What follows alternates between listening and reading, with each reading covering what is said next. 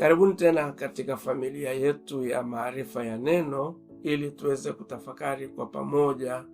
Na tafakari yetu ya leo ni swali linalouliza, je, ni dini, dhehebu au kanisa lipi linaloweza kumpatia mtu uzima wa milele?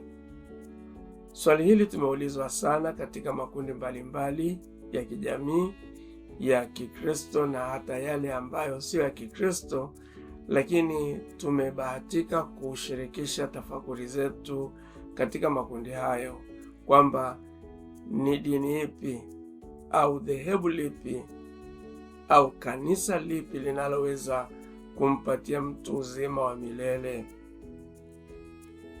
Vilevile, mojawapo ya vitu vinavyowashangaza wengi ni uwepo wa dini, madhehebu au makanisa na vikundi mbalimbali vya Kikristo duniani. Sasa ukiangalia swala la dini, utaona kwa mfano, ukiacha Ukristo kuna pia Uislamu, kuna Ubudha au wanasema Buddhism, kuna dini ya Wayahudi inayoitwa Judaism, na kuna dini ya Wahindi ambayo inaitwa Hinduism. Hizi zikiwa ni dini kubwa duniani. Lakini vilevile kuna dini nyinginezo nyingi ambazo sio kubwa kama makundi haya matano tuliyoyataja. Ukristo wenyewe umegawanyika katika makundi mbalimbali ambayo unaweza kuyaita madhehebu au makanisa. Jambo la kutilia maanani ni uumini katika dini hizi au katika makanisa haya ndani ya Ukristo. Wengi wa waamini wa dini hizi wamefanyika kuwa hivyo bila ya kuwa na uchaguzi. Nirudie tena kusema, wengi wa waamini wa dini, madhehebu au makanisa haya wamefanyika kuwa wafuasi bila ya kuwa na uchaguzi. Tuseme kwa mfano, ungezaliwa Pemba, uwezekano wa kuwa Muislamu ni mkubwa sana. Au tuseme ungezaliwa Saudi Arabia, basi kuwa Muislamu ni uwezekano mkubwa kuliko hata kuwa Mkristo. Vilevile ungezaliwa India, uwezekano wa kuwa Mhindu nao ni mkubwa. Ukitazama kwa upande wa Tanzania ambapo tulipata wamisionari hawa ambao walikuja Tanzania enzi kabla ya ukoloni, walikuwa ni wa madhehebu mbalimbali. Sasa hawa misionari walichokifanya ni kugawana maeneo na walikwepa sana kuingiliana. Tuchukue kwa mfano maeneo ya Kilimanjaro ambako walifika wamisionari wa Kilutheri na Wakatoliki ya Roma. Wale wamisionari walijipanga vizuri sana kiasi kwamba alikoingia Mlutheri, basi Mkatoliki wa Roma hakugusa, na vilevile Mlutheri aliheshimu eneo aliko Mkatoliki wa Roma. Kwa maana hiyo basi, wenyeji walifanyika waumini wa madhehebu au wa dhehebu lililofikia kwao, na dhehebu jingine halikuingilia.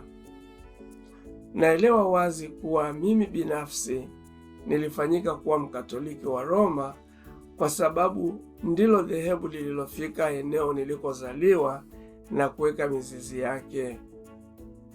Pengine ningekuwa Mlutherani kama ndio dhehebu lililofika eneo ambalo nilizaliwa.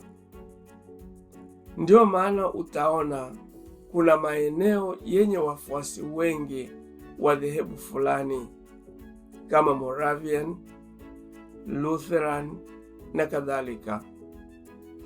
Sasa swali tunaloweza kujiuliza ni kwa nini Mungu ameruhusu kuwe na dini nyingi tofauti na madhehebu tofauti tofauti duniani. Swali hili ni sawa na kuuliza, kwa nini watu tumetofautiana kwa rangi, lugha, makabila na hata jinsia?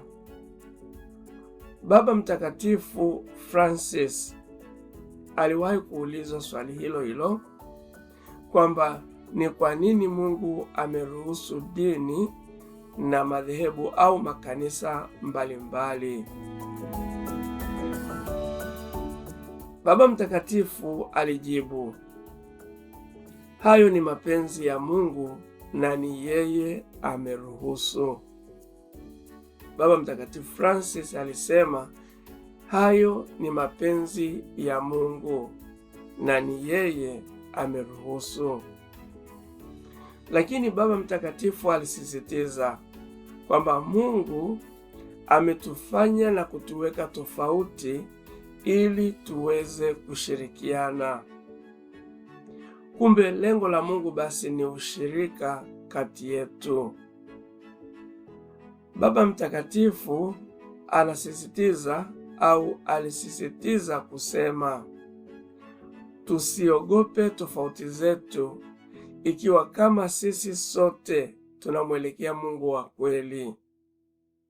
Tusiogope tofauti zetu ikiwa kama sisi sote tunamwelekea Mungu wa kweli. Ila tuogope tukiona tunashindwa kuwa ndugu na badala yake tunajenga uadui na uhasama kati yetu katika misingi ya utofauti wa kiimani. Baba Mtakatifu Francis anatufundisha kuwa jukumu letu si kubadili watu wawe wa dini yetu au wawe wa imani yetu, bali kuishi nao kama ndugu. Mtaguso wa Pili wa Vatican unasisitiza baadhi ya mambo muhimu, na mojawapo ni ekumeni, yaani kujenga umoja kamili kati ya madhehebu au makanisa ya Kikristo. Kwa kuwa madhehebu yote au makanisa yote yamejengwa katika msingi wa imani inayowaunganisha katika Kristo Yesu na kwa njia ya Roho Mtakatifu, matengano yaliyokata vipande vipande mwili wa Kristo ni kinyume cha matakwa ya Kristo na yanakwaza ulimwengu usiweze kuamini. Mtaguso uliona siku hizi kwamba Mungu ameruhusu Wakristo na kuwatia hamu ya umoja, hata ukatokea tapo la ekumeni. Ndiyo basi, Kanisa Katoliki katika Mtaguso wa Pili wa Vatican ulitoa hati maalum ambayo kwa Kiswahili inasema urudishaji wa umoja. Kwa hati hiyo, Kanisa Katoliki la Roma linawajibika kushirikiana na madhehebu mengine ya Kikristo pasipo kuzuia kazi ya Roho Mtakatifu. Lakini swali la msingi ni je, ni dini ipi inayomhakikishia mtu uwingu? Tumeona kwamba Mungu ameruhusu kuwepo dini kadhaa duniani na madhehebu au makanisa mbalimbali ndani ya Ukristo. Vilevile, kama tulivyoona, wengi tumekuwa waumini katika dini au madhehebu au basi makanisa bila ya kuwa na uchaguzi au kusudio. Maana yake, ikiwa kama Mungu atawahukumu kwenda motoni wale walioangukia katika dini tofauti na ile rasmi au dhehebu tofauti na lile rasmi, basi Mungu wa namna hiyo hatakuwa wa haki. Nirudie tena, endapo kama kuna dini ambayo ndiyo hiyo inayompeleka mtu mbinguni, dini au dhehebu au kanisa, sasa ikiwa kama Mungu atawahukumu kwenda motoni wale walioangukia katika dini ya tofauti au kanisa tofauti na lile rasmi, basi Mungu huyo hatakuwa Mungu wa haki. Mungu wetu hawezi kusababisha mtu yeyote bila ridhaa yake aangukie katika dini au dhehebu ambalo kwa kuwepo mle tayari imekula kwake, penda asipende. Mungu wetu ni wa haki na hukumu zake ni za haki tupu. Ni lazima Mungu ampe mtu uchaguzi wa jema na baya, ili mtu mwenyewe achague moja kwa hiari yake mwenyewe. Mungu anasema, angalia, nimeweka leo mbele yako uzima na mema, na mauti na mabaya. Kumbukumbu 30 mstari wa 15. Mungu wetu wa kweli hawezi kumuumba mtu na kumweka katika mazingira fulani halafu amwadhibu kwa sababu mtu huyo alikuwa katika mazingira yale. Baba Mtakatifu Francis aliwahi kuulizwa ikiwa kama Mungu wa Wakristo hawasamehi wale ambao hawaamini na ambao hawafuati imani hiyo. Sasa jibu la Baba Mtakatifu lilikuwa hili: kwanza, haamini katika Mungu wa Wakristo kwa sababu huyo hayupo. Alisema Mungu ni wa watu wote. Pili, alisema huruma ya Mungu haina mipaka ikiwa kama mtu anamwendea kwa moyo wa kweli na uliopondeka. Cha muhimu ni kutii dhamira. Anamaanisha nini kuhusu kuitii dhamira? Anamaanisha hivi kwamba Mungu hutufunulia neema yake kwa viwango mbalimbali. Kama alivyosema Baba Mtakatifu, tukiwa waaminifu kwa ile neema iliyofunuliwa kwetu, iwe ndogo au kubwa, basi Mungu wa huruma atatupatia uzima wa milele. Labda tufafanue zaidi kuhusu neema iliyofunuliwa kwa mifano. Mtu akitenda kosa ambalo hajui kuwa lile ni kosa, huwa anasamehewa kwa kuwa hajui alitendalo. Yule anayetenda kosa akijua kabisa kwamba lile ni kosa na anayajua madhara yake, huyo anaadhibiwa kwa kutenda kosa kwa kukusudia.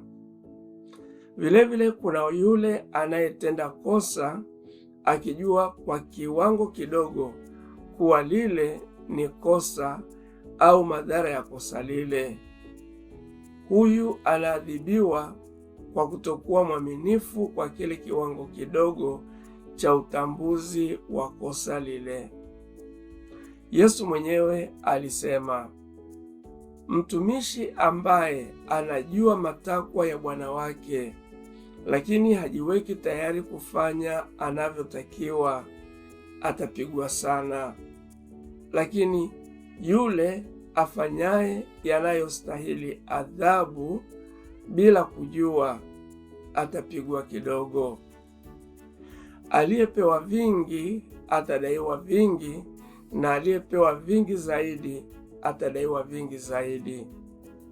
Tunaisoma hiyo katika Luka sura ya 12 mstari wa 47 mpaka ule 48. Sasa basi, ikiwa kama neema imefunuliwa kwa wingi kwako, basi ni jambo jema, lakini ujue kwamba unategemewa kuwa mwema zaidi au unatarajiwa kufanya mazuri zaidi. Sisi sote ni watoto wa baba yetu Ibrahimu aliye chanzo cha imani.